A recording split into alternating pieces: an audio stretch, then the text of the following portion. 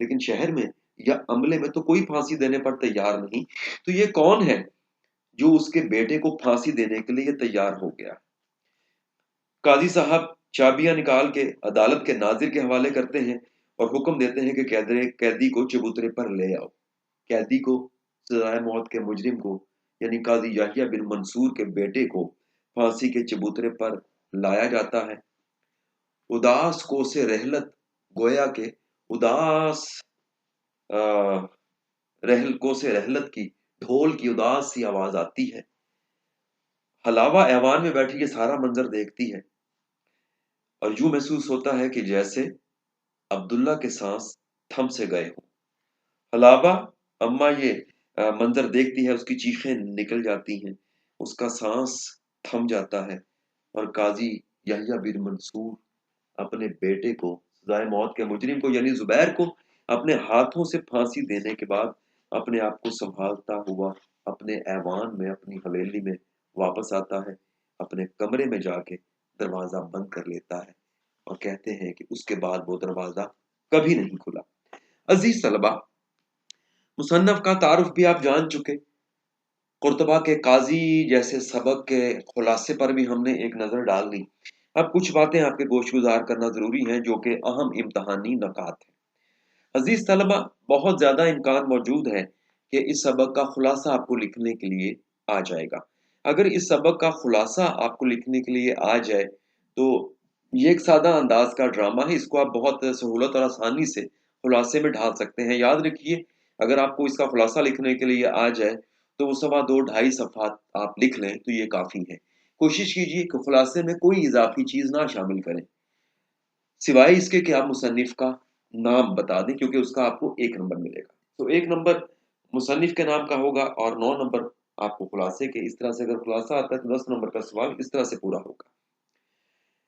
اس سبق میں کچھ مشکل الفاظ کا سامنا بھی آپ کو کرنا پڑے گا.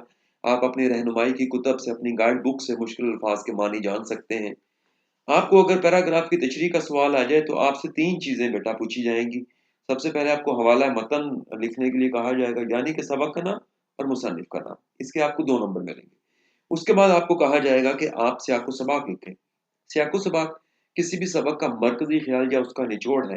کوشش کیجیے کہ یہ 5-6 لائنوں سے زیادہ نہ ہو. کسی بھی فالتو لفظ یا جملے سے پرہیز کیجیے اور جو اس سبق کا مرکزی خیال یا جو اصل بات ہے وہ 5-6 لائنوں میں تحریر کر دیجیے. یہ آپ کا سیاق و سباق ہو جائے گا. اس کے بعد تیسرا مرحلہ آئے گا پیراگراف کی تشریح کرنے کا. یاد رکھیے، پیراگراف کی تشریح آپ کریں تو اس کے اندر چھوٹی ہیڈنگز کوئی بھی مت دیں. آپ کو صرف پیراگراف کی تشریح کرنی ہے. جو آپ سے پوچھنا تھا وہ تھا حوالہ متن، سبق کا نام، مصنف کا نام آپ نے بتا دیا. آپ سے سیاق و سباق پوچھا، آپ نے 5-6 لائنوں میں سبق کا مرکزی خیال، اس کا نچوڑ لکھ دیا، عمدہ کیا. اب آپ سے کہیں نہیں پوچھا جاتا کہ مشکل الفاظ کے معنی لکھیں.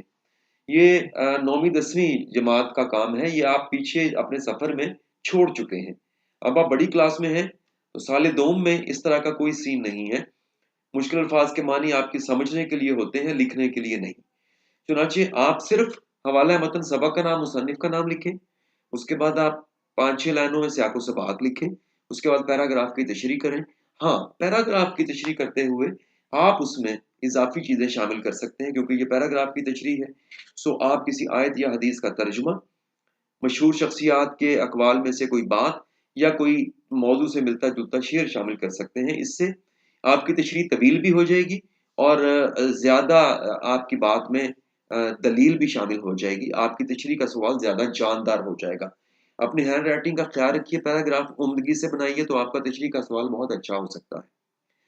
ایک اور بات کہ اس سبق کے تفہیم کے دوران جب اس سبق کو تیار کریں گے تو اس میں چھوٹی چھوٹی باتوں کو ذہن میں رکھیے، کیونکہ آپ کو معروضی سوالات میں سے کوئی چیز اگر آتی ہے تو آپ کے لیے فائدہ مند ہو سکتی ہے. عزیز طلبہ، آج آپ نے ایک اہم سبق قرطبہ کا قاضی ڈسکس کیا جو سید امتیاز علی تاج کا لکھا ہوا ہے. یہ ایک ڈرامہ ہے، ذہن میں رکھیے. ڈرامہ وہ تحریر ہے جس میں صرف بیان نہیں ہوتا، کرداروں کی گفتگو ہوتی ہے. کردار آپس میں گفتگو کرتے ہیں اور ان کی گفتگو سے ہمیں پتہ چلتا ہے کہ کہانی کیا کیا رخ اختیار کر رہی ہے. گویا کہ کرداروں کی گفتگو سے کہانی آگے چلتی ہے اور اس میں کشمکش کا انداز ہوتا ہے۔ تو آج ہم نے سید امتیاز علی تاج کے لکھے ہوئے ڈرامے مرتبہ کا قاضی کو ڈسکس کیا۔ اگلے لیکچر کے ساتھ پھر آپ سے ملاقات ہوگی۔ اپنے استاد کاشف شہزاد کو اجازت دیجیے، دعاؤں میں یاد رکھیے گا۔ اللہ حامی و ناصر۔